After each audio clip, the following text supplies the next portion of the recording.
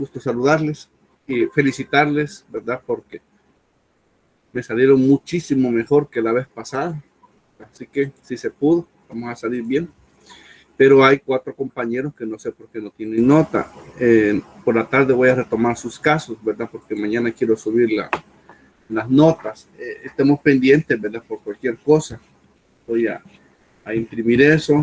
Si revisen si hay alguna modificación, porque si yo publico y hay una modificación, tendría que ser ya vía administrativa y aquí es más fácil todavía.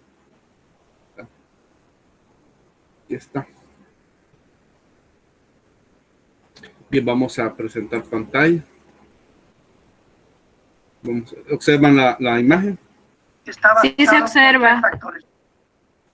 Okay.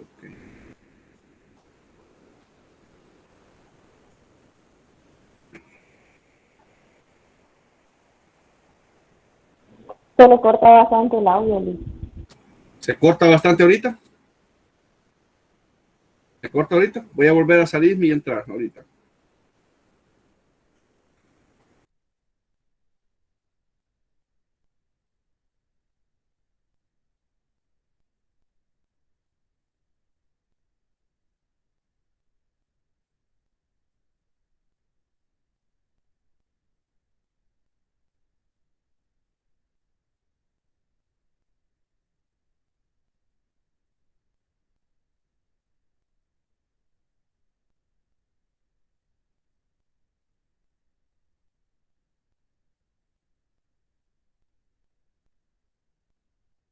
¿Me escuchan?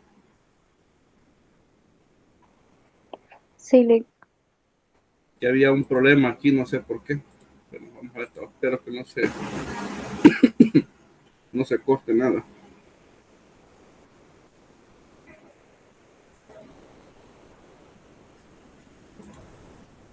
¿Observan la diapositiva? Sí, observa. Ok. Bien, vamos a dar finalidad a este día con el tema relativo a lo que es la extradición, ¿verdad? Y manifestarles lo siguiente. Nosotros estuvimos trabajando con lo que es el origen etimológico de la palabra extradición. Estuvimos trabajando con lo que es una definición legal y doctrinaria, su fundamento constitucional. Dimos lo que es una breve exposición sobre el caso de los jesuitas y así lo estuvimos estableciendo, ¿verdad? Así como también dimos una numeración de los tratados. Ahora, tomando en cuenta lo que es la tesis o trabajo de grado que nosotros tenemos acá, ejemplo, nos quedamos hasta acá. Nosotros he tratado la manera de extraer, aunque quizás no es del todo correcto, ¿verdad? Pero para ahorita salir del impasse, porque acostumbramos leer las páginas en físico en el aula, extraer algunos de los pasajes importantes que sean necesarios para su contextualización.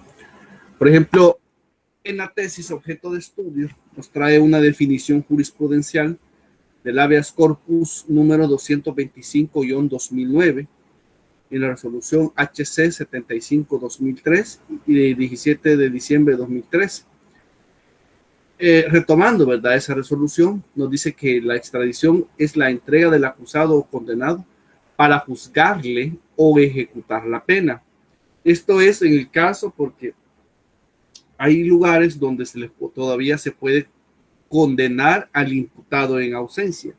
En nuestro país no se puede condenar en ausencia a partir del Código Penal de 1998. Mediante petición del Estado donde se ha perpetrado el delito al país en que se buscó refugio, y su tramitación está debidamente regulada por la materia penal, siendo atribución de los jueces ordinarios, en el caso de nosotros, ¿verdad? Los jueces de paz, en coordinación con los magistrados de la sala de lo penal, de realizar el trámite correspondiente. Es decir, es la misma sala de lo constitucional que nos da una definición un poco apropiada de lo que nosotros podemos entender por extradición. En ese sentido, tomando en cuenta esa definición y tomando en cuenta la definición que da el 346 del Código de Bustamante con relación a la extradición, nosotros podemos extraer 4 características. La primera de ellas habla de que implica la intervención de 2 estados soberanos. Usted sabe que por excelencia es el Estado el sujeto de derecho internacional público por excelencia. Sin embargo, actualmente ya no solamente es el Estado, sino también otros sujetos parecidos a los estados, como la Soberana Orden Militar de Malta, como el Estado de Santa Sede y el Estado de la Ciudad del Vaticano, como las organizaciones internacionales, así también como los grupos beligerantes, como la Cruz Roja Internacional. Pero esta cuestión de los estados es de un estado con otro estado u otros sujetos parecidos al estado. Nunca la intervención de un sujeto individual, porque el estado no puede extraditarlo con un individuo porque se necesita tratado de extradición y el estado no puede ser tratado con un individuo. Por lo tanto, esa es la premisa, una de las más importantes. En segundo lugar, es un acto de entrega de un sujeto que es perseguido penalmente por el estado solicitante por un delito común y se encuentran excluidos los delitos políticos, sea para enjuiciado penalmente o para que cumpla una pena impuesta previamente conforme al ordenamiento jurídico del estado solicitante. Es decir, lo que se da entre el estado requirente, es decir, el estado solicitante, al estado requerido, es decir, el estado donde se encuentra, es la entrega de un sujeto de carne y hueso. Y solamente está reservado para delitos comunes, no para delitos políticos. En la tercera característica dice que el sujeto perseguido penalmente deberá estar refugiado en el territorio del estado requerido. O sea, miren, y ahí es donde viene la situación. Cuando alguien es acusado de un delito, lo primero que hace es que le entablan una audiencia inicial en un juzgado de paz. Si no comparece, lo hace por medio de un abogado. Entonces se da la audiencia inicial y justifica por qué no llegó. Es su obligación llegar. Pero si usted está enfermo o está hospitalizado o algo así, pues no va a llegar, por supuesto. Pero si usted no llega solo porque no quiere llegar, no se puede. Van a ordenar su captura y si usted se ha ido del país, van a establecerle a la Interpol u otro que establezcan la difusión roja. La difusión roja es de captura. Hay una difusión que es de localización, pero este es de color verde. Una vez que se ha dado esto y pasamos a la fase de instrucción, en la fase de instrucción, que es la fase donde se recolecta la prueba, el juzgado, han escuchado ustedes los juzgados de instrucción, ellos no valoran prueba, ellos solo recolectan la prueba para el delito que se le está imputando, y es en ese preciso momento que se da una orden de captura, ¿verdad? al país requerido. Pero eso solo se da si a nosotros nos consta que ese individuo se encuentra en España, se encuentra en Honduras, se encuentra en Nicaragua, se encuentra en Costa Rica, se encuentra en Panamá, se encuentra en México y también existe lo que es tratado de extradición. Porque de nada nos va a servir solicitar una extradición a un país determinado si ese individuo no se encuentra en ese lugar. Como cuarta característica, esto es bien importante, el procedimiento debe estar robustecido, es decir, debe haber una robustez moral de la prueba. Es decir, el caso debe estar suficientemente documentado, porque yo no lo voy a mandar a traer de otro lugar solo para dejarlo libre acá. Tiene que estar robustecida esa prueba, apegada y regido por normas persistentes de validez interna e internacional, siendo las anteriores las 4 características que vislumbra doctrinariamente la extradición. Grupo 5, ¿tienen alguna pregunta de esto? ¿O alguna observación de todo esto que se ha dicho hasta la fecha?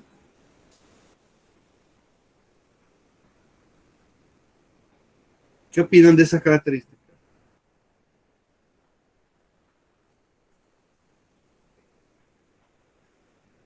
¿Todo bien? Entonces pasemos a Dígame.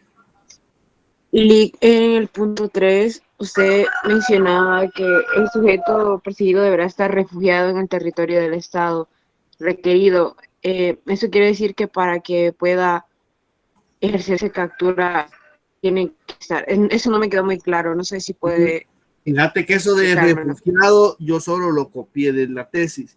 Sin embargo, creo que está mal expuesto, porque no es que esté refugiado. O sea, que tenga la calidad de refugiado, sino que está ahí como de, ¿cómo le podríamos llamar? Como de tránsito, ya, en ese lugar, ilegal, inmigrante, pero no refugiado. Ahí porque lo he copiado eso, pero el término no debería ser refugiado, sino que está en una condición de extranjero en ese lugar. Esa es la palabra, de extranjero. ¿Ya me entiendes? No es que debe tener Sí, la sí, calidad ahora de sí. refugio, porque el refugio tiene que ver con acogida, con amparo, lo que no puede ser devuelto. La extradición no, es el acto de entrega de un individuo.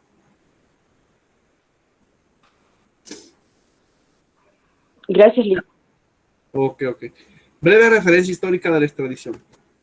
Léame a alguien, son 2 diapositivas. Léame esto, por favor, alguien.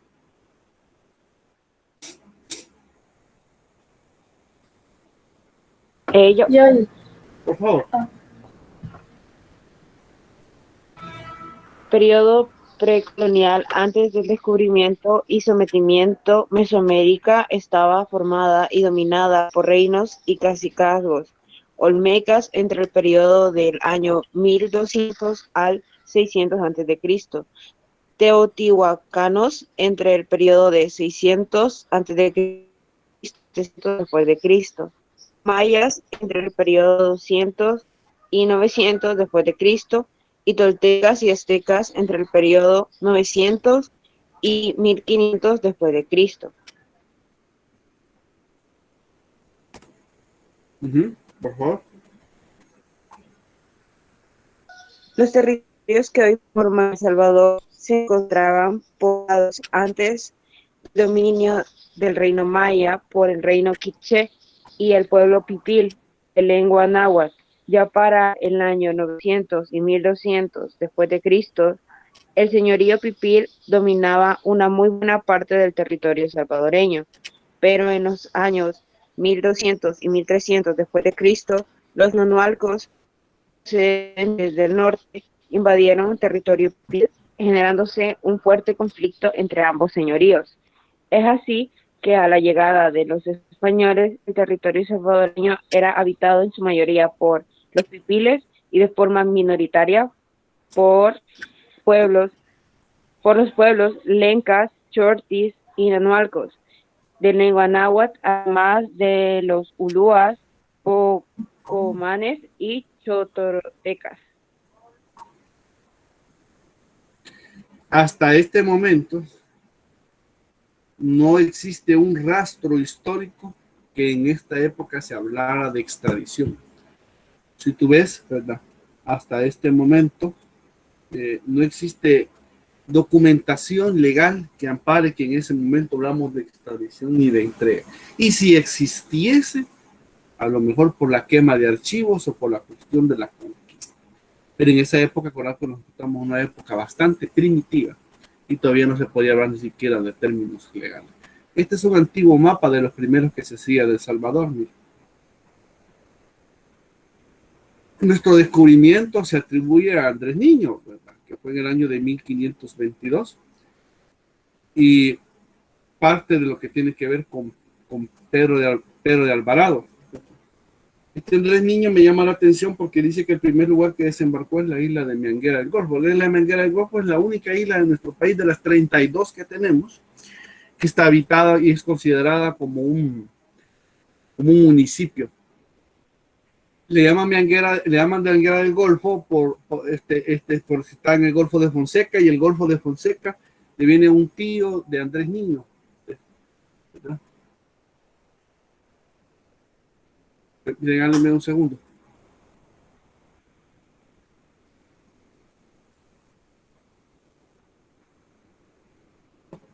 Entonces, hasta esa fecha todavía no se visualiza un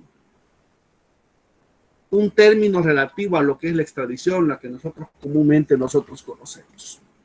Entonces, es en ese sentido que ya nos trasladamos al periodo de la República Federal de Centroamérica.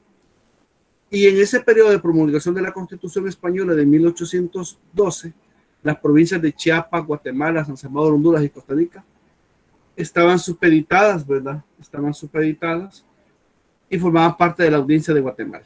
Guatemala conocida como audiencia de los confines, porque se encontraba en un punto fronterizo entre Honduras y Guatemala y Nicaragua, dice. Fíjense que con esto hay una cuestión bien importante. Guatemala nunca fue de las primeras en que se quiso separar de la República Federal de Centroamérica. Tanto es así que por mucho tiempo no tuvo representación en la Corte Centroamericana de Justicia. Ya con datos positivos, ¿sí? Se registran 3 intentos de unificación de la región, a saber, en 1824 la creación de la República Federal de Centroamérica, en 1842 la Confederación de Centroamérica, en 1898 la Unión de los Estados Unidos de Centroamérica, y en 1921 la República de Centroamérica, este último Guatemala seguido por los demás estados. Les he resaltado en amarillo porque es hasta esta constitución en materia de integración, ¿verdad?, de 1898, que se habla por primera vez de lo que es del término de extradición. Y es importante, porque ya la vamos a retomar, porque hasta este momento de la historia no existe registro si durante el periodo de la colonia se haya practicado la extradición, pues parte de lo que es la historia quedó en cenizas en un incendio ocurrido en el primer Palacio Nacional el 19 de noviembre de 1889. Qué casualidad, ¿verdad? Pero ¿a quién le podrá afectar que existan o no existan documentos relativos a la extradición? Pues todo es bastante relativo. Pero como les decía, esa es la Constitución de 1898 que se habla por primera vez del término de extradición. Y en ella se da bajo el título de la Comisión de los Delitos Civiles y Garantías Sociales. ¿Por qué es importante rastrear toda la documentación que nosotros tenemos? Porque tenemos que tener bien claro si en las constituciones o legislaciones pasadas se reguló lo que es la figura de la extradición. Pero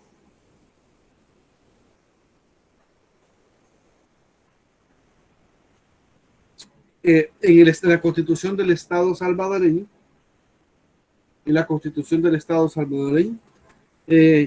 revisar si se dio lo que es la extradición.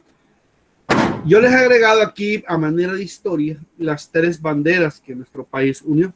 Si tú te das cuenta, en una es muy parecida a la de los Estados Unidos. ¿Ya sabías tú eso? Fue durante el gobierno de Manuel Enrique Araujo, ¿verdad?, que se dio calificación a la principal bandera de nuestro país, ¿verdad? Y su creación se dio principalmente, así como el escudo nacional, el 17 de mayo de 1912. Tenemos una diversidad de constituciones. Por cuestión de tiempo no vamos a leer el contenido, pero sí les voy a hacer la enumeración de sus artículos. El 12 de junio de 1824 no hace mención a la figura de la extradición, pero se ordena la creación del Código Civil y el Código Criminal, muy parecido hasta 1974, cuando se da el Código de Instrucción Criminal. El 10 de agosto de 1830 se crea un decreto federal, en la cual dice que se basó en el principio de reciprocidad, muy parecido al que tenemos al 93 de la Constitución, pero aquí ya nos definen. Miren lo que dice en esa época. Es decir, que el Estado de Salvador concedía la entrega de un sujeto reclamado por otro Estado, parte de la Federación Centroamericana, si éste se comprometía en casos similares a entregar a un sujeto reclamado por El Salvador.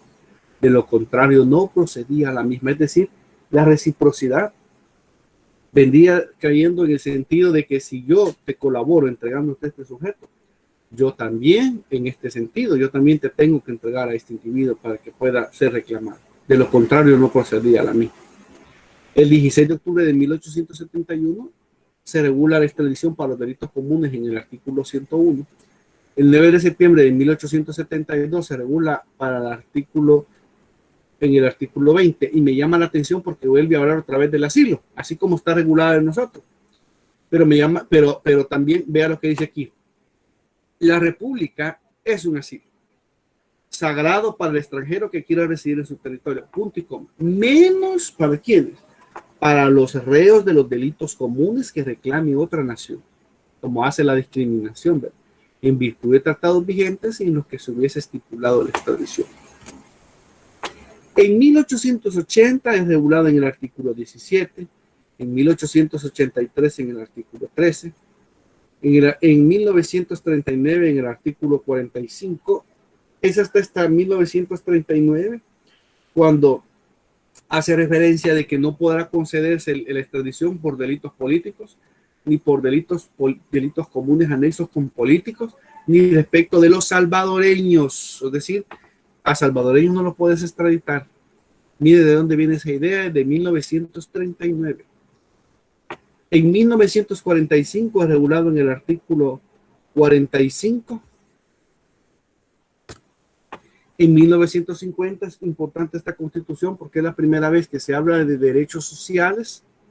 ¿Sí? Se habla de derechos sociales.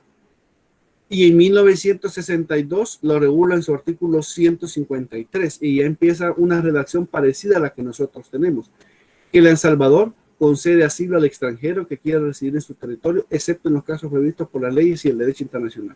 Muy parecido a la redacción de la Constitución que nosotros tenemos hasta 1983, que es el artículo 28. Es hasta el año 2000 que se introducen reformas a la misma del decreto legislativo número 56 del 6 de junio del año 2000, en el cual, a partir de esa fecha, se pueden extraditar salvadoreños. Antes de esa fecha, no se podía dar. De lo dicho hasta ahorita, ¿quién tiene algún comentario que hacer? ¿Ha visto usted cómo ha evolucionado la extradición? ¿Cree usted que han habido avances o han habido retrocesos? ¿Cuál cree que usted, si yo le preguntara en el examen, cuál cree usted, de acuerdo a su opinión, cuál es la naturaleza o el trasfondo de por qué se dio esa reforma legislativa del año 2000, por el cual no se prohibía la extradición de los salvadoreños? ¿Qué piensan ustedes? ¿Por qué estaba regulado así desde 1939?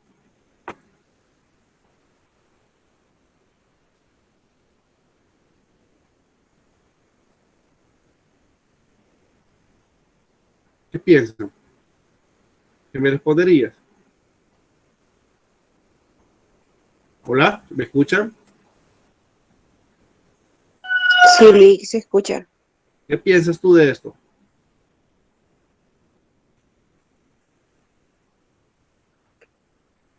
¿Por qué estaba redactado en 1939 eso así?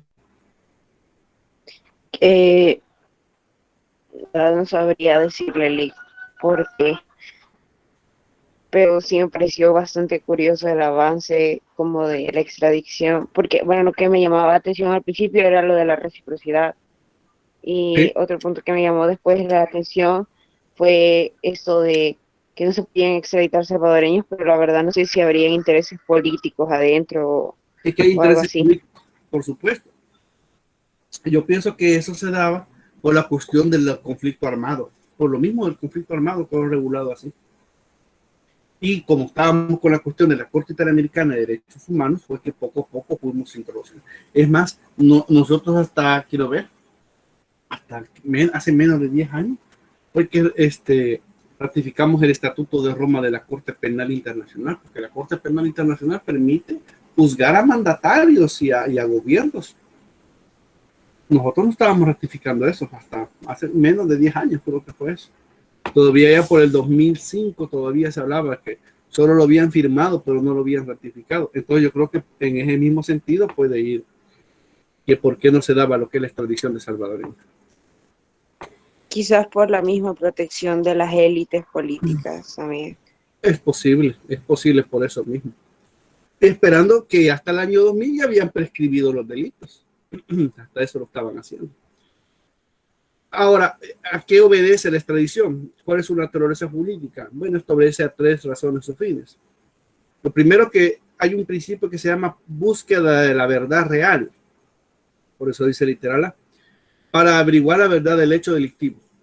Consecuentemente, la correcta argumentación y fundamentación de una resolución. Miren, realmente estamos extraditando a alguien, pero como dice un legislador, no extraditar por extraditar, sino que lo que andamos buscando, ¿verdad?, es que se haga justicia, que se establezcan los parámetros necesarios, ¿verdad?, para que esta persona comparezca, no solamente por eso, sino encontrar cuál es la verdad de los hechos.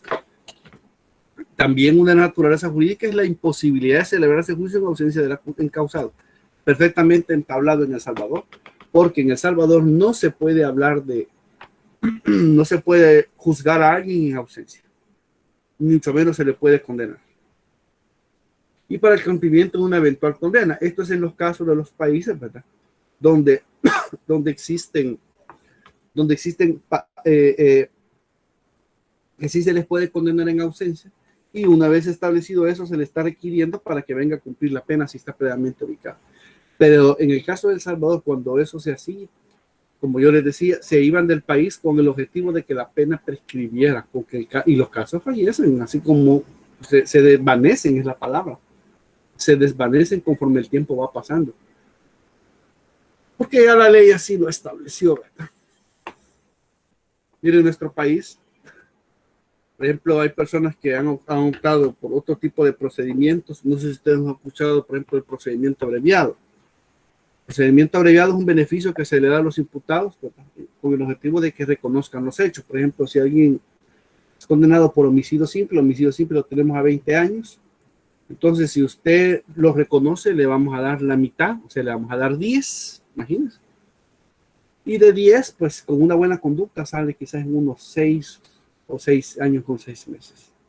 De 6 años a 6 meses a 20 hay una gran diferencia. Pero para eso tiene que admitir los hechos.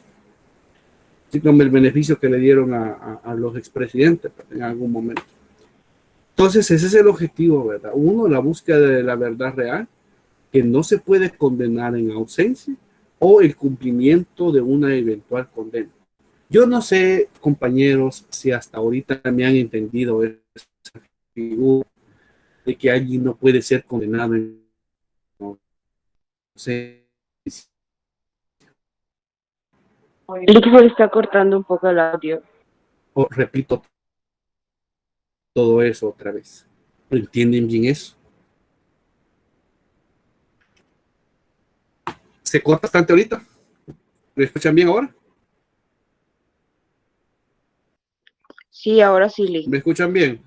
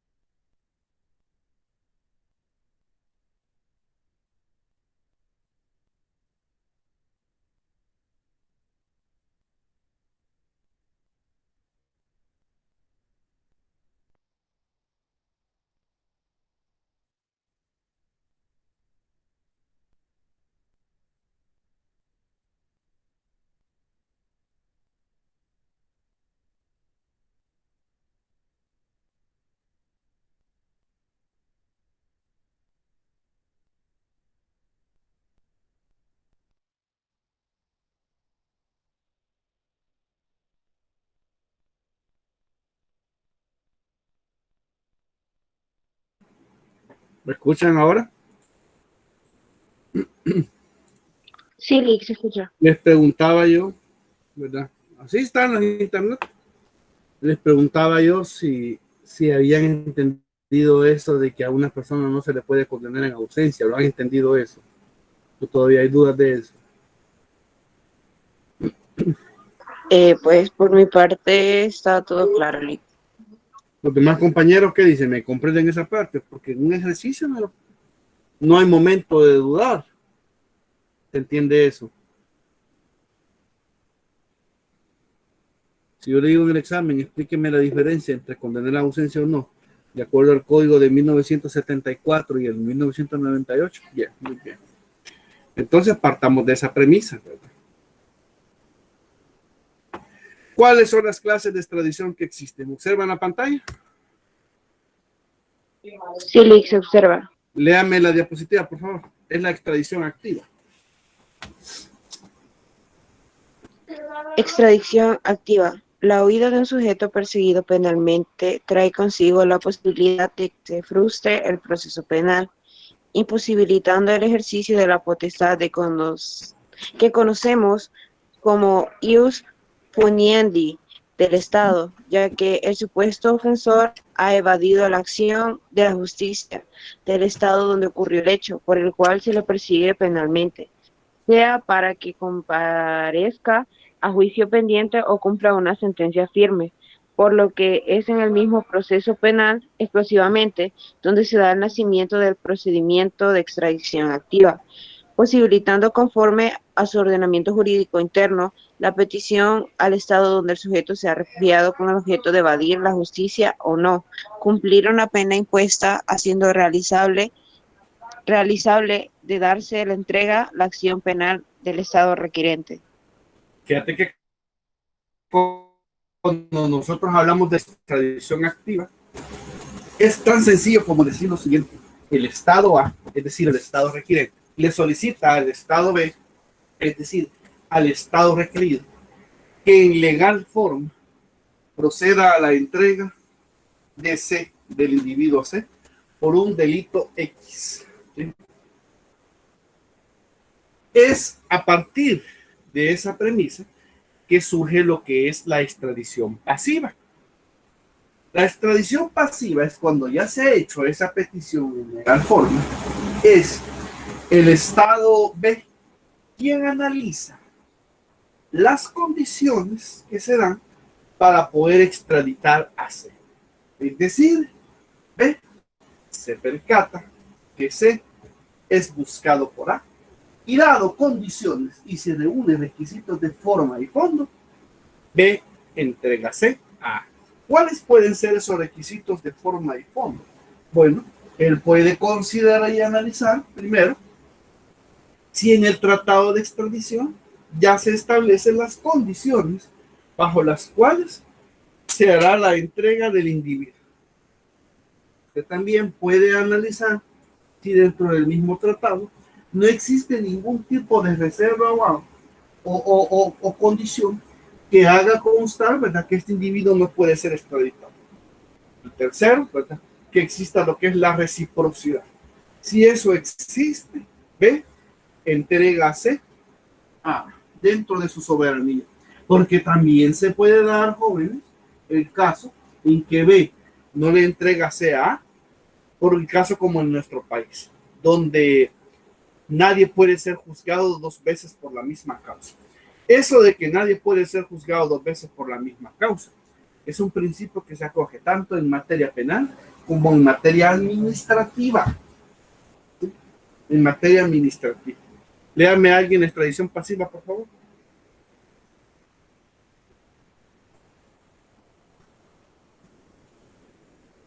Yeli. Por favor. La extradición pasiva constituye la otra cara de la clasificación tradicional o formal de la extradición en sí, y es la referida al Estado al que se reclama o solicita la entrega de un imputado o sujeto condenado, para que, de acuerdo con sus normativas positivas, sea entregada al Estado requiriente. Esta fase del procedimiento de extradición es muy importante, en el sentido que el Estado requerido deberá analizar, conforme a su ordenamiento jurídico interno e internacional vigente, la procedencia o no de la entrega del sujeto reclamado al Estado solicitante, poniendo en movimiento él o los órganos del Estado que intervienen en el procedimiento, actuando además como un garante en la protección, vigencia y realización de los derechos fundamentales del sujeto reclamado, bajo un Estado de Derecho. Ah, muy bien. Ven la extradición, ¿verdad? Es la otra cara de la moneda. Es el Estado B quien analiza si las condiciones de extradición que se establecen son viables. Por ejemplo, cuando El Salvador requirió la extradición de una persona hace poco a Costa Rica primero lo capturó, ¿verdad? Después que lo capturó, lo resguardó con todas sus garantías y luego lo devuelve al Estado, para que el Estado de El Salvador sea quien lo juzgue. Pero Costa Rica pudo haberse negado. Imagínense que esa persona no hubiera sido salvadoreña, sino costarricense. Pero como era salvadoreño, no podían hacer. ¿Qué pudo haber pasado si ese tratado de extradición no existía? A lo mejor la extradición no se pudo haber llevado a cabo. ¿O qué pasa si en ese tratado de extradición no está establecido plenamente cuáles son las condiciones para que esa extradición se lleve a cabo? Pero si esos requisitos se reúnen, te da lo que es la extradición pasiva, es decir, la otra fase de la moneda. Porque es la fase donde un Estado se puede negar a la entrega de ese Estado. Nuestra Constitución recoge ese tipo de hechos. En estos intervienen los jueces ordinarios e intervienen los magistrados de la sala, interviene el Ministerio de Relaciones Exteriores y el Ministerio de Justicia y Seguridad Pública de cada estado en particular. Tenemos otro término que acoge lo que es nuestra Constitución. Hola. ¿Puede repetir otra vez quiénes son los que intervienen en la extradición? En la extradición intervienen los jueces ordinarios, intervienen los magistrados de la Corte Suprema de Justicia, en nuestro caso, los magistrados de la Sala de lo Penal. En materia judicial, ya para materia administrativa, intervienen lo que es el Ministerio de Justicia y Seguridad Pública y el Ministerio de Relaciones Exteriores, ya para la parte administrativa. Desconozco a la fecha, si nuestro estado tendría que reconocerle algo al otro estado por el estado de mantenimiento alimenticio y de hospedaje de la otra persona en el país solicitante, en el país requerido. Pero me imagino que debe haber algún tipo de retribución. ¿Se entiende? Eso es lo que interviene.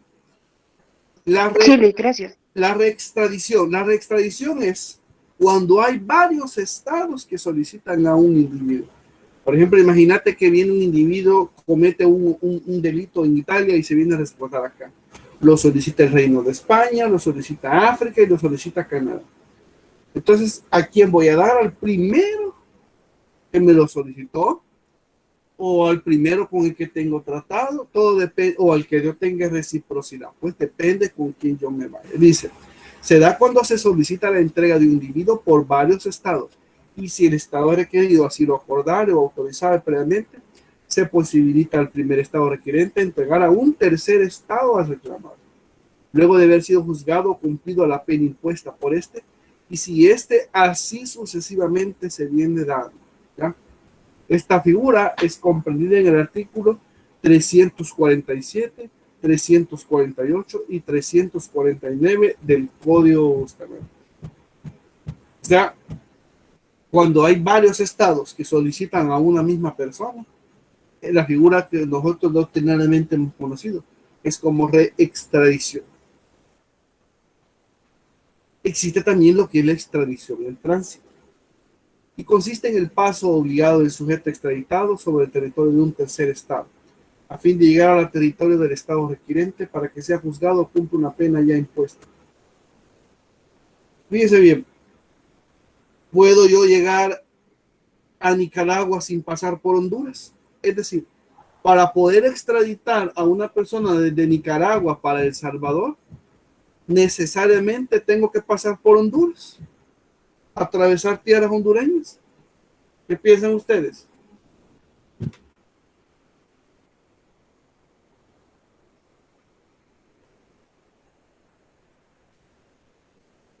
Puede hacer extradición en tránsito, o puedo yo pasarlo a Honduras y de Honduras me lo pasen para El Salvador. Esa es una forma, aunque no es la correcta. Es un paso obligado del sujeto extraditado sobre el territorio de un tercer estado a fin de que se cumpla o no. Es decir, por cuestiones de costo, ¿verdad? Sí, reúne los requisitos para ser considerada como tal. Hay una cosa que se llama la extradición ampliada. Este es bien importante. está basada en el principio de especialidad. Vaya, si el Estado A requirente le requiere al Estado B, Estado requerido, la entrega de C, y es por el delito de cohecho, delito de lavado de dinero, tiene que ser juzgado en nuestro país por el delito que dice ese tratado, esa solicitud de extradición. No puede ser por un delito distinto, y cuando ya está acá, ¿verdad?, se establezcan otro tipo de hechos que no estaban contemplados dentro de lo que es el tratado, en base al principio de especialidad, que recoge el artículo 271 al 377 del Código de Bustamante, que reza: la persona entregada no podrá ser detenida en prisión ni juzgada por el Estado contratante a quien se entregue por un delito distinto del que hubiera motivado la extradición. Es decir, en la extradición dice específicamente que cohecho. Dice específicamente cohecho es como soborno, ¿sí? Por lavado de dinero y cometido con anterioridad a la misma, salvo que consiente en ello el Estado requerido, o en el mismo sentido se regula el artículo 17 de la Convención sobre Extradición de Montevideo. Esta es otra parte. No es la simple, no es la reextradición, ni es pasiva ni es activa, sino que esta es una extradición voluntaria. El sujeto voluntariamente se entrega o se somete al proceso sin necesidad de tanto.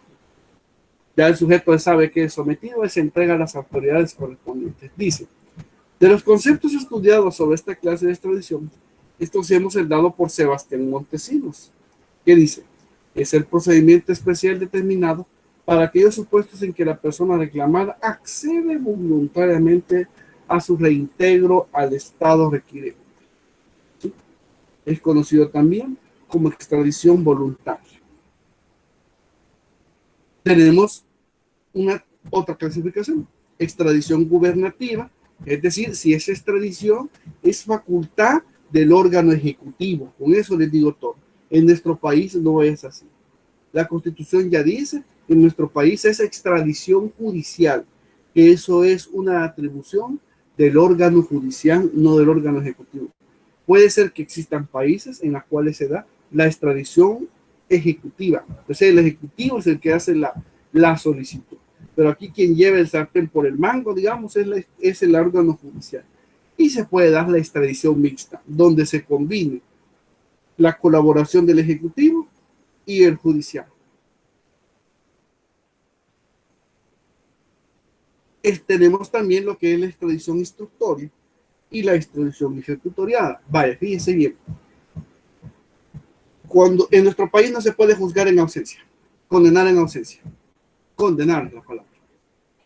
Entonces, es en el juzgado de instrucción o en la etapa instructoria donde hasta que se capture al individuo, el proceso es archivado y va a ser enjuiciado hasta que ese individuo sea encontrado.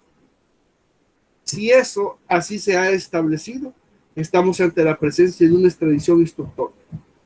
Pero en aquellos países donde se puede condenar a alguien en ausencia, ¿sí?, y solo se le está requiriendo para que comparezca y pueda cumplir su pena, estamos ante la presencia de la extradición ejecutoriada, es decir, la sentencia ejecutoriada, la sentencia que ha adquirido la calidad de cosa juzgada. Compañeros, hasta ahorita, ¿existe alguna pregunta de estas clasificaciones? ¿Se ha entendido o explicamos nuevamente algunas de ellas?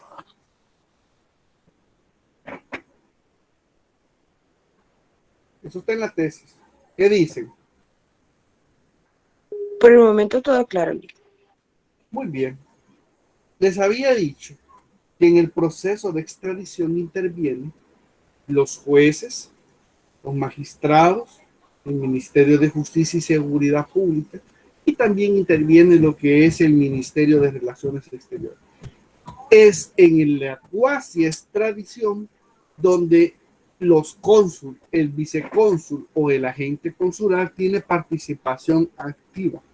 Cuasi es un término romano que quiere decir casi. Es como el cuasi contrato, Cuasi contrato quiere decir casi un contrato. En este caso decimos cuasi extradición, es decir, casi una extradición. Y esto se da cuando el individuo está pasando, ¿verdad?, por un navío o un barco. Entonces es el cónsul que le avisa al capitán del barco que desierte y entrega al individuo bajo un procedimiento sumarísimo. Cuando digo sumarísimo es rápido. Eso cuando escuchen en materia penal procedimiento sumario quiere decir que el proceso se está llevando a cabo rápido. No necesita pasar por tantas fases.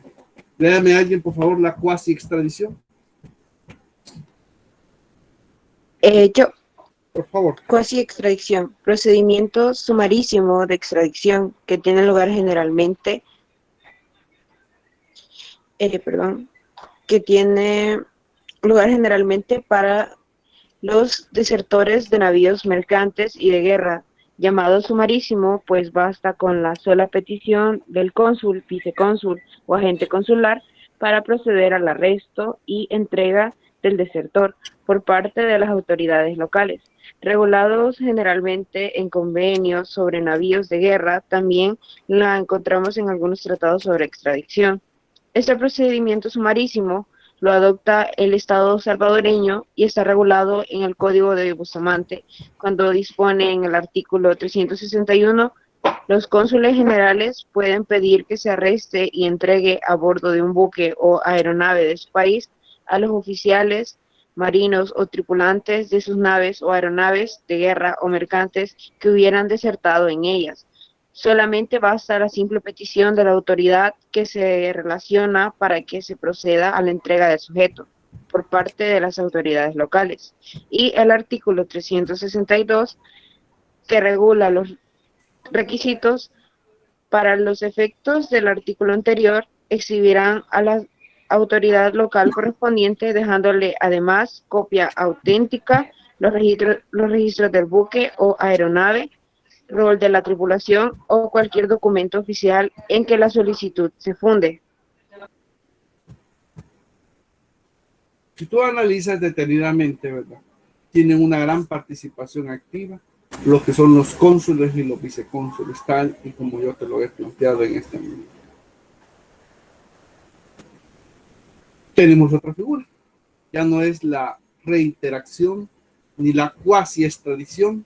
Ahora tenemos la reinterextradición, es de reiterar. Imagínate que yo hago la petición en legal forma de un estado A a un estado B, del estado requerido al estado requirente.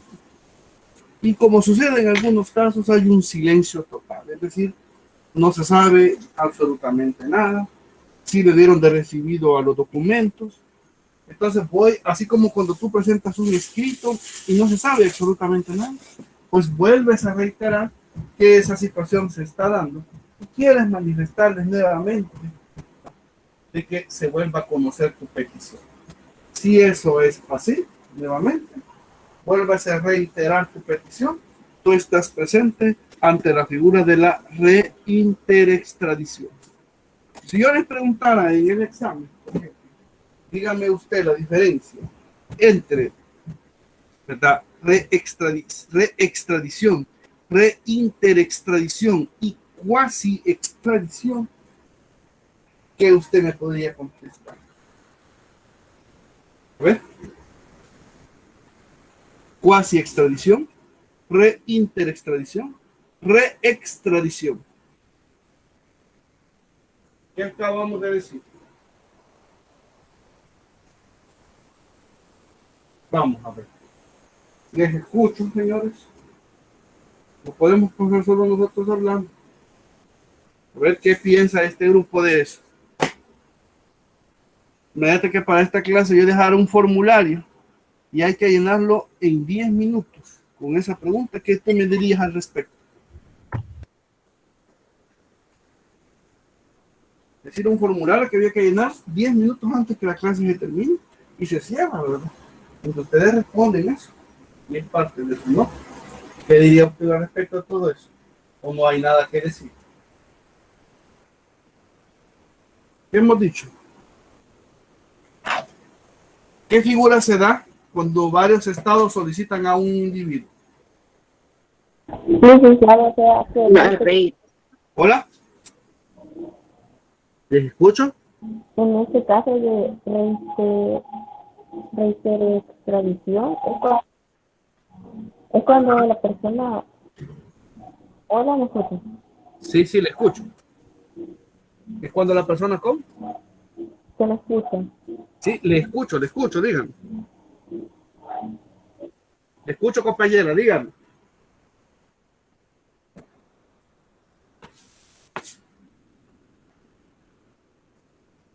Es que no entiendo nada, se escucha entrecortado. Ahora, ¿me escuchan? Sí, se escucha, Lick. Vaya, vaya. ¿Qué pasa cuando varios estados solicitan a una sola persona? Estamos ante la presencia de la reitera extradición. Cuando se da la intervención del cónsul en algún navío o barco, Cuasi extradición. y cuando yo reitero mi petición,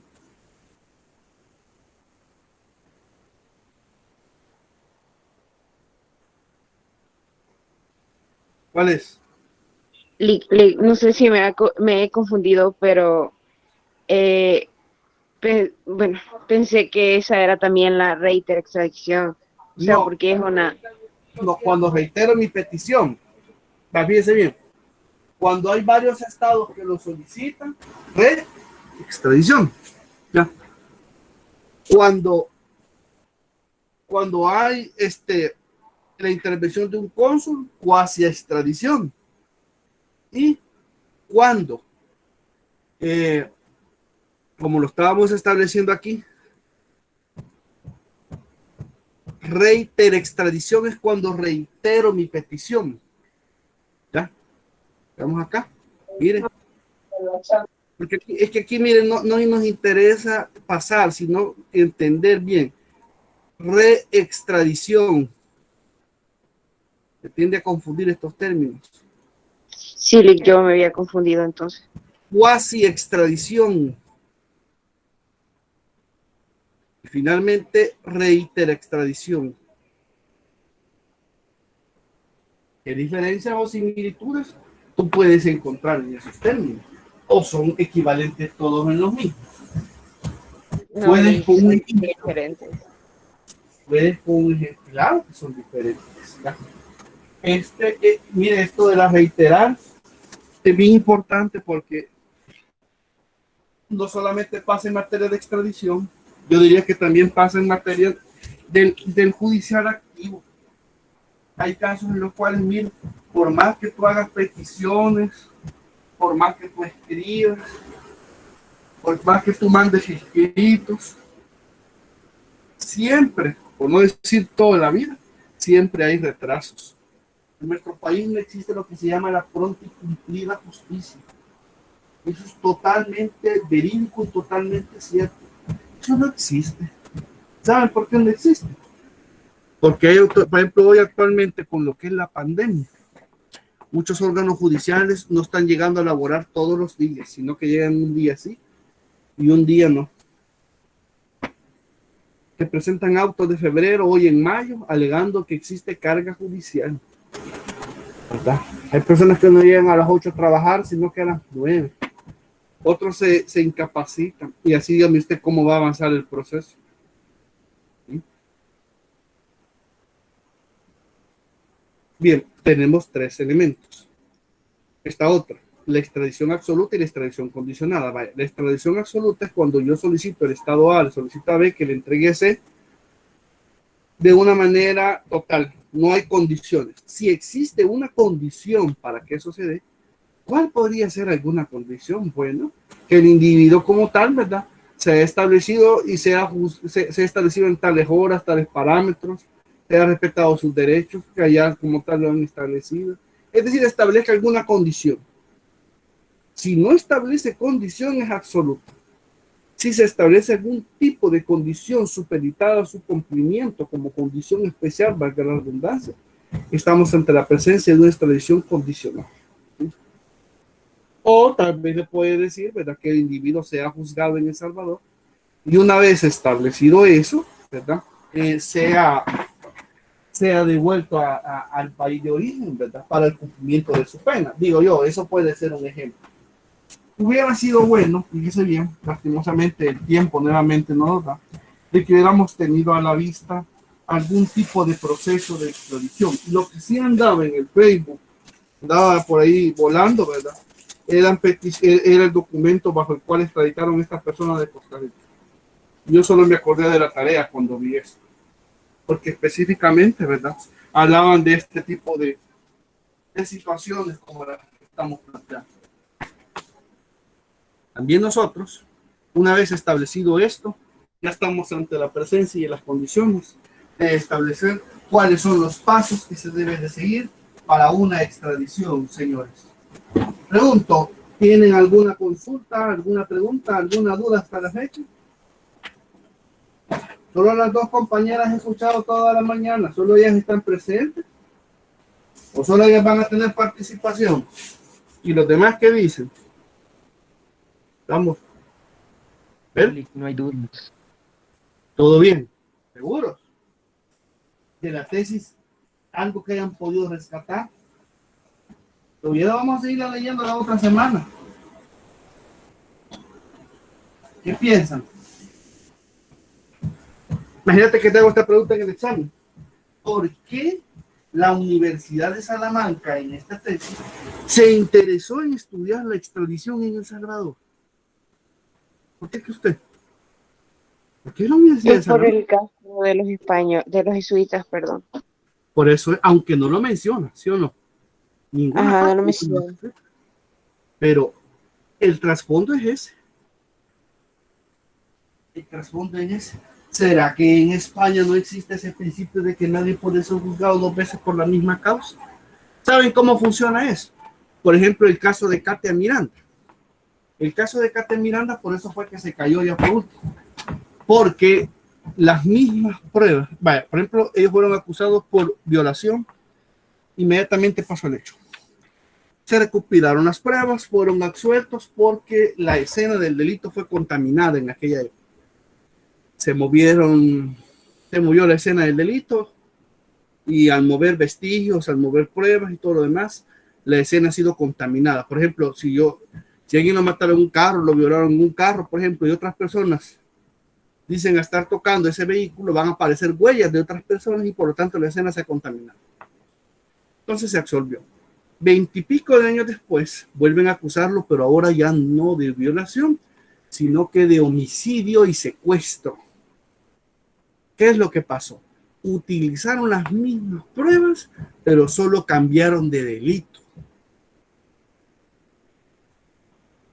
Teóricamente estamos ante la presencia de que nadie puede ser juzgado dos veces por la misma causa. Si te van a acusar por homicidio y por secuestro de aquella época, tienen que ser pruebas totalmente diferentes a las que se ventilaron en los años 90. No pueden ser las mismas. Y es por eso que la sala de lo penal lo absolvió en ese aspecto. Pues muy parecido podría ser en el caso de los sacerdotes jesuitas. En el caso de los sacerdotes jesuitas y los militares, puesto que ellos ya fueron juzgados en los años anteriores. Y como bien dijo una compañera en un momento, me llamó la atención, porque de 40 personas que ingresaron a la UCA, 9 fueron llevadas al banquillo de los acusados y solo 2 condenados. Y los autores materiales, es decir, los acusados de disparar, esos no fueron condenados, más sí los que dieron la orden. ¿Por qué los que fueron dispararon no fueron condenados? Porque no existió un testigo presencial que compareciera. A lo mejor sí habían testigos, pero nadie compareció. Y en un caso de un homicidio, tiene que demostrarse la individualización y la culpabilidad, es decir, alguien que te vio cuando tú le disparaste a una persona. Si no aparece nadie que diga que Juan le disparó a Pedro de esta forma y lo hizo a tales horas y fue de esta forma y yo lo vi, no puede ser condenado. El muerto pueden estar las armas, pero si no aparece una individualización, es decir, hay 9 personas y hay 6 muertos. ¿Quién disparó contra quién? ¿Quién disparó con Ellacuría? ¿Quién disparó a Segundo Monte? Tienen que decir. ¿Y quién iba a decir? ¿Qué opinan ustedes de eso? ¿Han comprendido lo que les he dicho?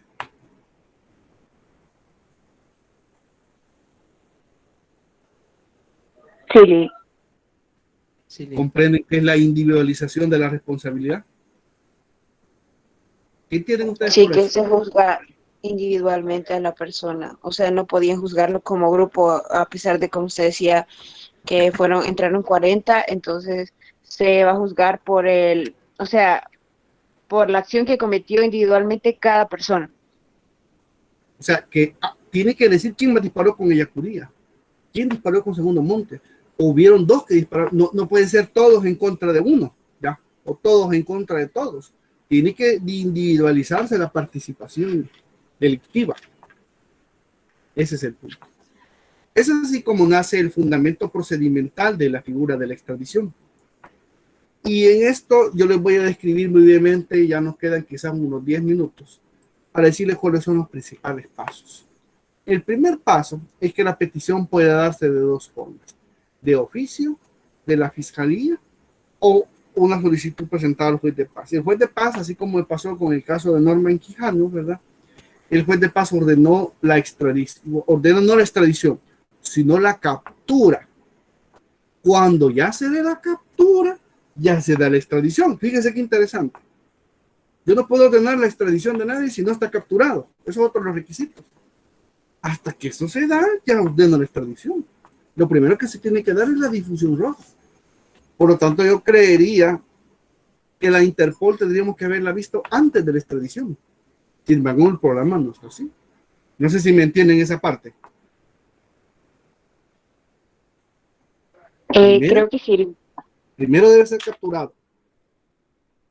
Una vez localizado y capturado, ahora es extraditado. Pero para extraditarlo, tiene que hacerse la petición. ¿Quién hace la petición? La puede hacer el juez de paz, de oficio, o la puede hacer la petición de la fiscalía. Pero todo esto es dirigido a la autoridad competente, en este caso a la autoridad donde está la jurisdicción, donde está detenido, y a la Corte Suprema de Justicia, para que el fundamento del 182, numeral 3 de la Constitución, pueda hacer la petición en legal forma. ¿Qué dice ese artículo 182, numeral 3? Leámoslo en este momento, lo voy a buscar. 182.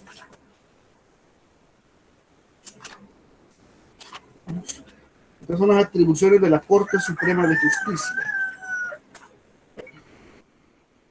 182, aquí está. Numeral 3 dice. Dice: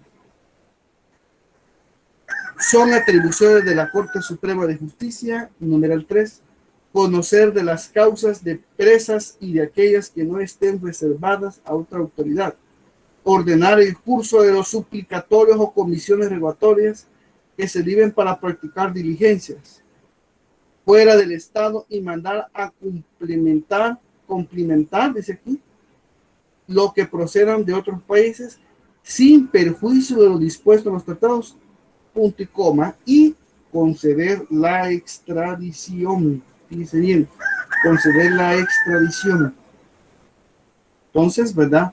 Específicamente ya es a esta institución garante que le corresponde conocer de estos casos en específico. Como segundo paso, la Corte Suprema de Justicia tiene 4 salas: sala de lo constitucional, sala de lo civil, sala de lo contencioso administrativo y la sala de lo penal. Es por medio de la sala de lo penal, ¿verdad?, que hace la petición al Estado requerido. Llega a la Secretaría de la Corte la petición. Vale. De los magistrados de la sala pasa a la Secretaría, y de la Secretaría pasa al nivel 2 del edificio gris de la Corte. Yo le llamo el edificio gris porque hay 2. Hay uno blanco y hay uno gris que están por la Asamblea Legislativa. Llega al nivel 2 donde está la Asesoría Técnica Internacional. En esa Asesoría Técnica Internacional verifica que el proyecto o borrador reúna los requisitos de forma y fondo. Sería bueno tener acceso a un documento de eso. Yo imagino que un documento de eso no es un escrito así simple, sino que es un escrito que reúne todos los requisitos de forma y fondo. Por ejemplo, en él, primero lo que tenés que tener a la vista es el tratado de extradición entre el país requirente y el requerido. haberlo leído y ver que dentro de eso se cumplan todas las condiciones para que eso se dé. Luego la sala de lo penal valora la solicitud teniendo como base el marco jurídico interno y el ordenamiento. La sala de lo penal valora el contenido legalmente remitido de la unidad técnica a la sala y elabora el proyecto si procede o no a la solicitud de extradición. Pero fíjate que aquí es bien importante, porque todo es una coordinación de salas, de la juzgado de paz, la sala, también la sala, el juzgado de paz lo hace el país requerido por el suplicatorio. Luego de la Corte Suprema de Justicia pasa a la Secretaría, de la Secretaría a la Unidad Técnica, de la Unidad Técnica Internacional pasa nuevamente a la sala, quien revisa el proyecto. Y el paso 4, si es favorable, se procede al procedimiento de envío de acuerdo al procedimiento establecido en el tratado.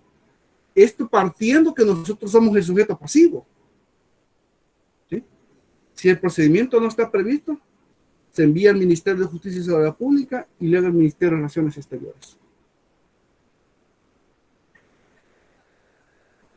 MIREX, o sea, el Ministerio de Relaciones Exteriores, lo envía a la embajada, el Estado de El Salvador, el Estado en territorio requerido. Paso 6, se hace la entrega al Ministerio de Relaciones Exteriores del individuo y en su defecto somos aquí, por ahora decía, somos el Estado requerido. MIREX recibe en idioma español debidamente legalizados y envía a la Corte Suprema de Justicia. O sea, todo este procedimiento que se da ya llega hasta el aeropuerto, al lugar donde se entrega el individuo, y ya dentro de esas condiciones, ¿verdad? Ya el individuo, siendo nosotros el Estado requerido, es entregado bajo esa situación. Eso hubiera pasado si el caso de los españoles, ¿verdad?, hubiese procedido. ¿Me comprenden, compañeros? Para la próxima clase, que ya nos acerca de nosotros, vamos a estudiar lo que es la lección 12, ya es la última, que es la euroorden y la orden de detención. Siempre vamos a leer lo que es esta tesis que estamos trabajando. Solamente que quiero que esta vez lean completamente un capítulo que ahorita les voy a decir, que es el capítulo el apartado número 6 sería, porque habla de la distinción entre la extradición y otras formas de cooperación. Entre eso tenemos la Orden Europea de Detención y Entrega. Es el modelo a seguir por América Latina. Pues este procedimiento es el que hay que leer. ¿Me entienden? Son casi 50 hojas, es lo último ya. Entonces, Okay. Compañeros, tengo que atender a sus compatriotas, ¿verdad? Del grupo 2. Yo los dejaría hasta acá. Si no hay más preguntas, pues tengan un buen día. Bendiciones. Gracias, Lee. Gracias, Lee. gracias, Lidia.